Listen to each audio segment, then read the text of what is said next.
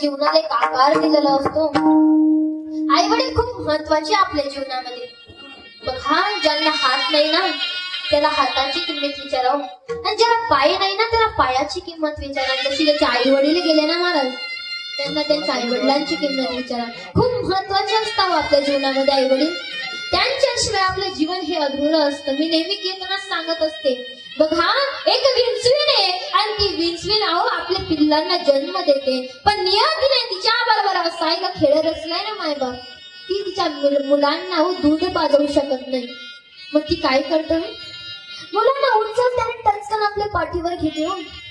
ते मुलं जिवंतपणे आपल्या आईचा मांस खायला सुरुवात करतात.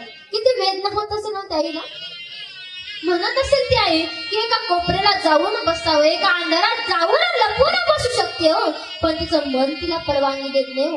तशीच कासवाची आई आहे. कासवाच्या मुलाला जर भूक लागली ना, ते काय करतं, एक टक आपल्या आईच्या डोळ्यामध्ये बघायला लागतं. एक टक बघितल्यानंतर आईला कळतं ना की माझ्या मुलाला भूक लागली. ते सुद्धा आपल्या मुलाच्या डोळ्यामध्ये एक टक बघायला लागते हो. एक टक बघता बघता नजरला नजर भेटली की आपल्या मुलाचं पोट भरतं. ही ताकद फक्त आईमध्ये हो.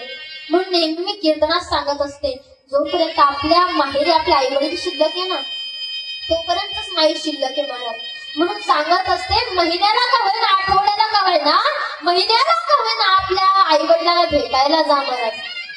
बघा, कोणत्याच आई वडिलांना अपेक्षा नसते की माझ्या ताईडीने माझ्या मुलाने माझ्यासाठी काहीतरी घेऊन यावं.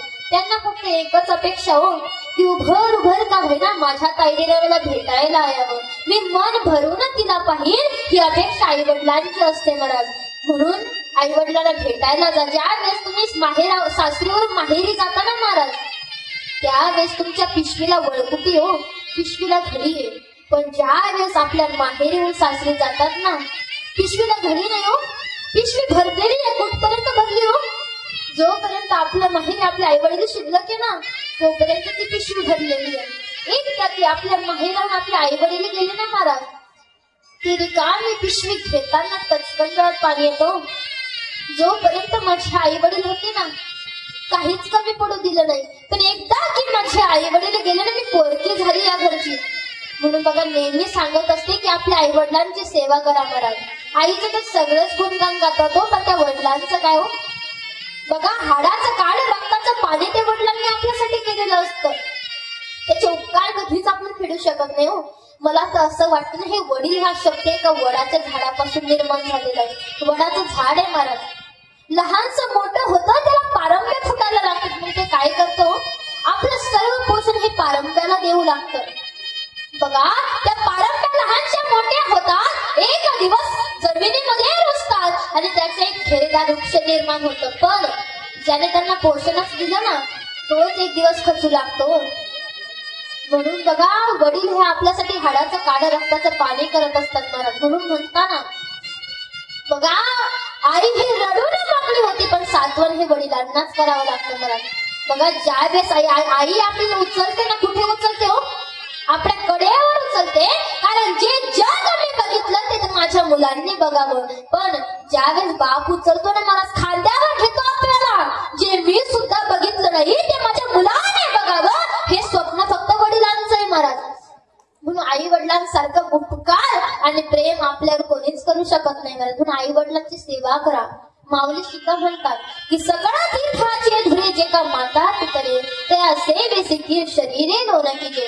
म्हणून म्हणतात महाराज, बाप स्वाभिमानी बाळा त्याचा कर्णधार करा, त्याच्या काळजात सुद्धा लाजाळूची संवेदना, त्याची पहाडाची छाती त्याच हृदय गुलाब, त्याच्या घामासाठी आम्ही थोडी आसवे डोळ्यात, बाप थकल्यावरती त्याचा बनावा धार, काय उपयोग पुन्हा किती घातले पितर, बाप म्हणजे कसा जसा पाण्यात मासा,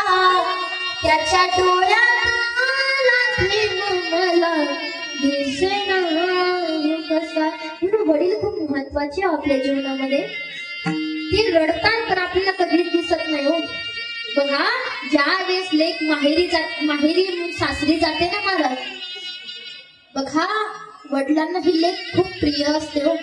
ज्या वेळेस ती आपलं माहेर सोडून सासरी जाते ना, बघा सर्वांच्या गळ्यात पडू पडू ती रडत असते हो. पहिले आईच्या गळ्यात पडते, सर्व आपल्या पाहुण्यांच्या गळ्यात पडते, पण बाप एका मंडपाच्या खांबाला धरून बाहेर रडत असतो, कोणालाच दिसत नाही. पण ज्या वेळेस ती मुलगी जाते आणि बाबा म्हणून हाक मारते ना, तो बाप पलटून हो आपला सर्व अश्रूचा अभिषेक त्या मुलीच्या अंगावर करत असतो. बघा बघा, लेकीचं आणि बापाचं नातं खूप कोमळ आहे हो. एवढं बापासारखं लेकीवर प्रेम कोणीच करू शकत नाही. जेवढी लेक बापावर प्रेम करते ना, तेवढं कोणीच करू शकत नाही मला. म्हणून आई वडिलांवर प्रेम करा, आई वडिलांचे उपकारची जाणीव ठेवा महाराज. म्हणून सांगतात, जर तुम्हाला देव बघायचं असेल ना, देव कुठं भेटेल हो तुम्हाला? देव भेटेल तुझला आपुल्या घरी, आई वडिलांच्या पावन चरणावरी. तुम्हाला जर देवच बघायचं आहे ना, आपल्या आई वडिलांचे चरणार बघा मला. सगळ्यात श्रेष्ठ तीर्थ म्हणजे आई वडिलांचे चरण आहे, आणि त्या चरणावर तुमचं आयुष्य तुम्ही जोगवून द्या महाराज. एवढंच सांगेल, आई वडिलांची सेवा करा. ज्ञानेश्वर